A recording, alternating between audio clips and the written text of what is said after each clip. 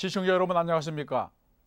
저는 서울에 있는 꿈을 꾸면 꿈대로 되는 꿈의 숲교회 최창모 목사입니다. 12월은 성탄을 기다리는 대림절 기간입니다. 서구교회는 이때 푸른 나무가지로 월계관을 만들고 3개의 촛대를 세워서 집집마다 걸어둡니다.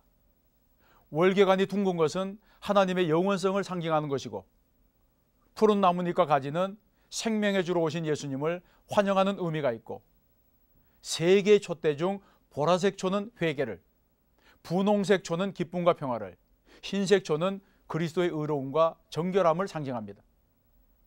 이처럼 대림절은 예수께서 세상에 오심을 기다리며 준비하는 절기입니다.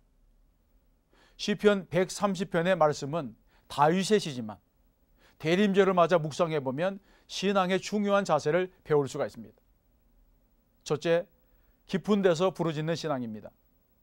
1절에서 여호와여 내가 깊은 곳에서 주께 부르짖었나이다 이렇게 말했습니다. 깊은 곳에서라고 하는 말은 장소적인 깊은 곳으로부터 극심한 고통과 슬픔을 겪는 마음속 깊은 곳까지 다양한 의미를 포함하고 있습니다. 다윗은 일생 동안 수많은 고난을 겪었습니다. 젊은 시절에는 사울의 박해를 받았고, 왕이 되어서는 아들 압살롬의 반역을 피해 도망다녔습니다. 그때마다 그는 하나님께 간절히 부르짖음으로 고난을 이겨나갔습니다. 바로 이런 고난의 현장이 깊은 곳에서 부르짖은 현장이라고 할 수 있습니다.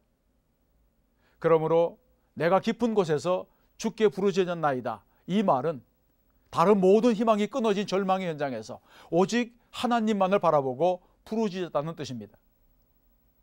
이런 시편 기자의 고백이 나의 고백이 될 때에 대림절을 맞이하여 주님을 간절히 기다리는 성도의 삶을 살 수 있을 것입니다. 둘째, 회개가 있는 신앙입니다.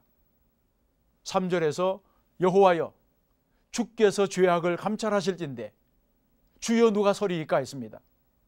시인은 자신을 성찰해 보니 자기 안에 죄가 너무 많아서 감출 수가 없음을 알았습니다. 이처럼 주님을 기다리는 신앙인은 회개하는 신앙인, 자신의 죄를 돌아보는 신앙인이 되어야 합니다. 사람에게는 누구에게나 죄와 허물이 있습니다. 바울은 로마서 3장 10절에서 의인은 없나니 하나도 없다고 하면서 인간의 뿌리 깊은 죄성을 고발했습니다. 실제로 우리 모두는 죄와 허물 속에 살아가고 있고 매일 실수와 잘못을 되풀이하는 가운데 살아가고 있습니다. 그러나 그리스도인이 세상 사람들과는 다른 점이 있다면 자신의 죄와 허물 때문에 두렵고 떨리는 마음을 가졌다는 것입니다. 금년 대림절은 과거를 청산하고 새로운 미래를 향하여 출발하는 경계선이 되어야겠고, 이전 것은 지나갔으니 보라색 것이 되었도다 이렇게 선포하는 절기가 되어야 하겠습니다. 셋째, 기다림이 있는 신앙입니다. 6절에서는 파수꾼이 아침을 기다림보다 내 영혼이 주를 더 기다리나니 참으로 포수꾼이 아침을 기다림보다 더하도다라고 했습니다.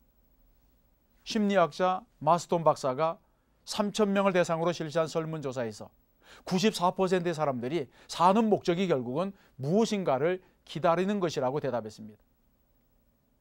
실제로 우리는 늘 기다리는 삶을 삽니다.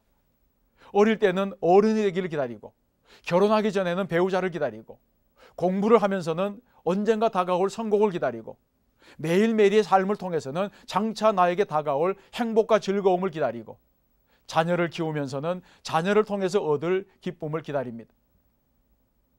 그러므로 오늘의 고난을 할 수 있는 것도 미래에 있을 성공을 기다리기 때문입니다. 미래에 대한 기다림이 결국 인간을 생존하게 하는 힘이 되고 동력이 되고 희망이 되는 것입니다. 신앙도 역시 기다림입니다.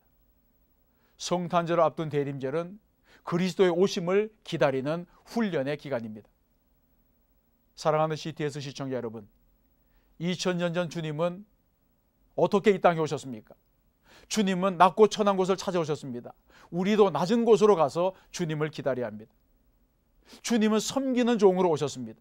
우리도 거만을 벗어버리고 겸손히 섬기며 주님을 기다려야 합니다. 주님은 평강의 왕으로 오셨습니다. 우리도 불화와 다툼을 벗어버리고 화평을 이루며 주님을 기다려야 합니다. 주님은 구원의 주로 오셨습니다. 우리도 죄악 속에 있는 이웃들에게 복음을 증거하면서 주님을 기다려야 합니다. 주님은 구원의 빛으로 오셨습니다. 세상은 어두움이 짙을수록 빛을 기다립니다. 우리도 빛으로 살아가며 주님을 기다려야 합니다.